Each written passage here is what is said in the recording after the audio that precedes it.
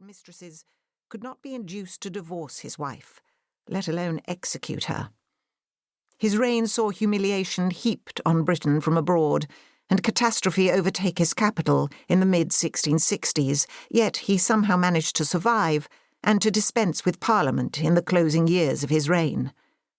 The lasting impression of Charles II, when all the sordid glamour of his court and his mistresses is stripped away, is of a lazy, intelligent man, forever marked by the hardship of his formative years, a pleasure-loving cynic not quite redeemed by his deathbed conversion to Catholicism.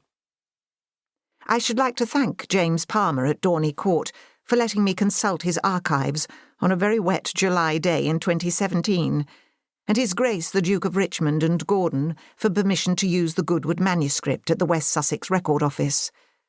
Dr. Sean Cunningham and Elizabeth the Nowitzki at the National Archives gave advice on sources and private archives.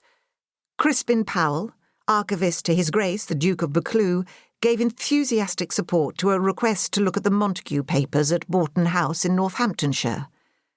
The staff at the London Library, British Library, Bodleian Library and West Sussex Record Office were unfailingly helpful.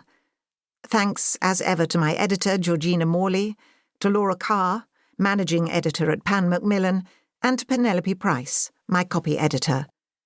With much gratitude also to my agent of many years, Andrew Lowney, and husband of even more years, George Porter, to whom one of my books is, at last, dedicated. July 2019. Prologue. The Hague, United Provinces of the Netherlands, February 1649. It had been a subdued festive season at court, despite the host's attempts to lighten the atmosphere. Charles Stuart, Prince of Wales and heir to 3 kingdoms, had recently recovered from a bout of smallpox, and though restored to health without any of the disfiguring effects of a disease that often blighted the lives of those who survived, he was beset by concerns which could not be alleviated by the normal diversions of Christmas. In England, his father was kept a close prisoner with an uncertain fate. Here, in the United Provinces of the Netherlands, there was tension of a different sort. Charles was not blind to the failings of his sister, Mary's husband, or to the strains in their marriage. William of Orange seemed happier with drunken companions and whores than he did with his wife. Not that this was entirely surprising.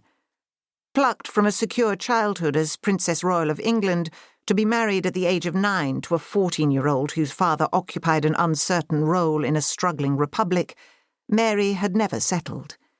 Even the presence of an affectionate aunt and a bevy of cousins, all exiles themselves, had not entirely assuaged her heartache. Mary felt the marriage was beneath her, never bothering to learn Dutch, relying instead on the French that she'd learnt in the schoolroom at St. James's Palace. Since her arrival here 7 years ago, she had grown apart from the handsome teenager she had married as an innocent child. Yet William, keen on glory but low on funds, was still committed to helping the beleaguered Stuarts. For that, Charles and his brother James were grateful, especially as their mother, Queen Henrietta Maria, had never succeeded in getting anything but fair words from her relatives in France. The anxieties that hung in the air that Christmas grew even greater at the beginning of 1649. After 2 years enduring the patronising disdain of the French court, for it is always disquieting to have close relations who seem to have lost their grip on power, Charles was not sorry to be away from Paris and his mother's ghastly matchmaking schemes. The Queen's determination to arrange a marriage for her tall, taciturn son, who conveniently forgot all his French when forced to woo his incurably vain cousin, La Grande Mademoiselle, did not make Charles eager to find a wife. In the Netherlands, he was at least able to relax with Mary, of whom he was very fond, and keep a careful eye on James, whose antics after he had escaped from England nearly a year earlier had caused Charles much dismay.